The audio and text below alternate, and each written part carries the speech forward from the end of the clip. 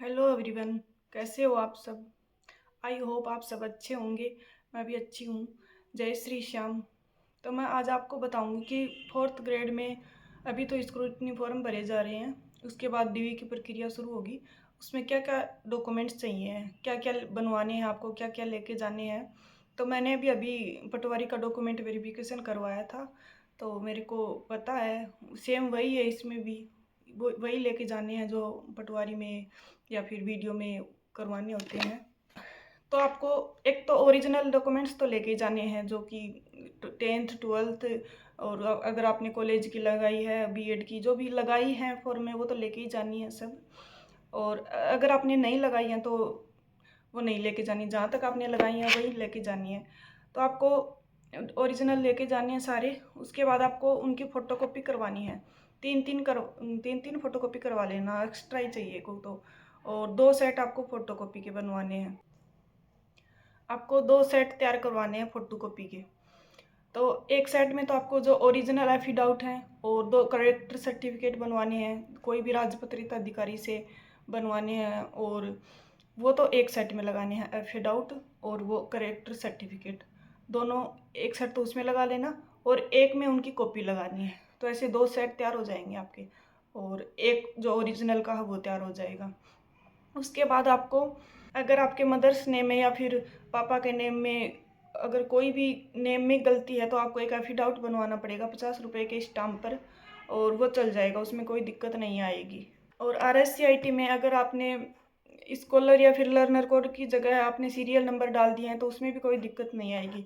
और अगर वो बोलते हैं वहाँ पे, तो आप एक्स्ट्रा एफिडाउट ले जाना, 1 या 2, और वो एफिडाउट लगा देना, तो कोई दिक्कत नहीं होती उसकी।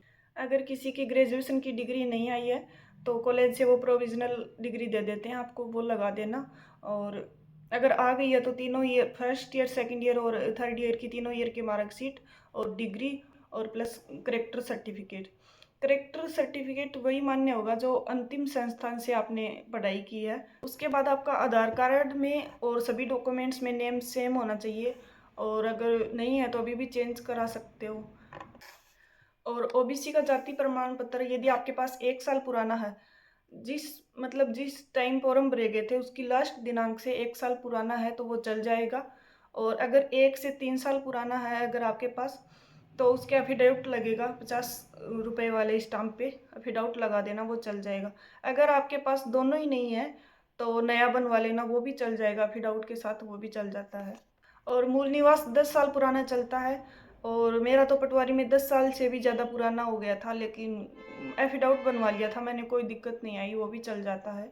और अगर डिजिटल है तो वो आराम से ही चल जाता है। फिर आय प्रमाण पत्र नहीं मांगते हैं, क्योंकि एग्ज़ाम फीस सभी के लिए फ्री होती है, इसलिए आय प्रमाण पत्र नहीं मांगते हैं। अगर आप पहले से किसी गवर्नमेंट जॉब में हो तो विभाग से उनको एनओसी चाहिए होती है। अगर आपको एनओसी अभी नहीं मिलती है तो एफिडेविट दे देवें और ज्वाइनिंग के समय एनओसी जमा करा दें। 2 करेक्टर सर्टिफिकेट चाहिए, 2 अलग अलग राजपत्रित अधिकारियों से साइन किए हुए।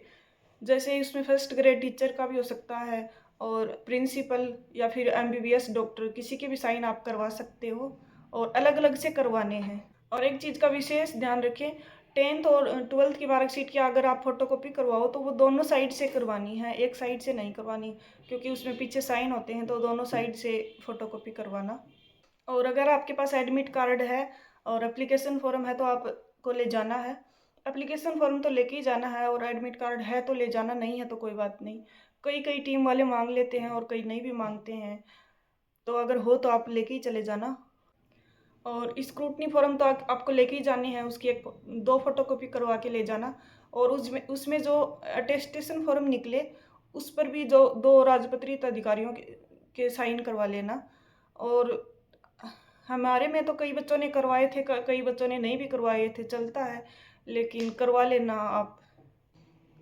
पुलिस वेरिफिकेशन और जो मेडिकल होता है वो बाद में करवाना है, अभी नहीं करवाना है। जब ज्वाइनिंग आ जाए उस टाइम चाहिए होता वो, तो वो अभी ना करवाएं, क्योंकि अभी करवाया हुआ फिर चलेगा भी नहीं, दोबारा बनवाना पड़ेगा। और अभी जो अब स्क्रूटनी फॉर्म भर रहे हो, उसमें बहुत से ऑप्शन खुलते हैं, तो जिनमें रेड स्टार नहीं है वो ज़रूरी नहीं है भरना, और जिनमें रेड स्टार आया है वो ज़रूर भरें। तो आपको मेरा वीडियो कैसा लगा, अगर आपके और भी कोई क्वेश्चन हो तो आप कमेंट कर सकते हो, पूछ सकते हैं। और अगर मेरा वीडियो पसंद आया हो तो चैनल को लाइक करें, शेयर करें एंड सब्सक्राइब करें। Thank you. जय श्री श्याम।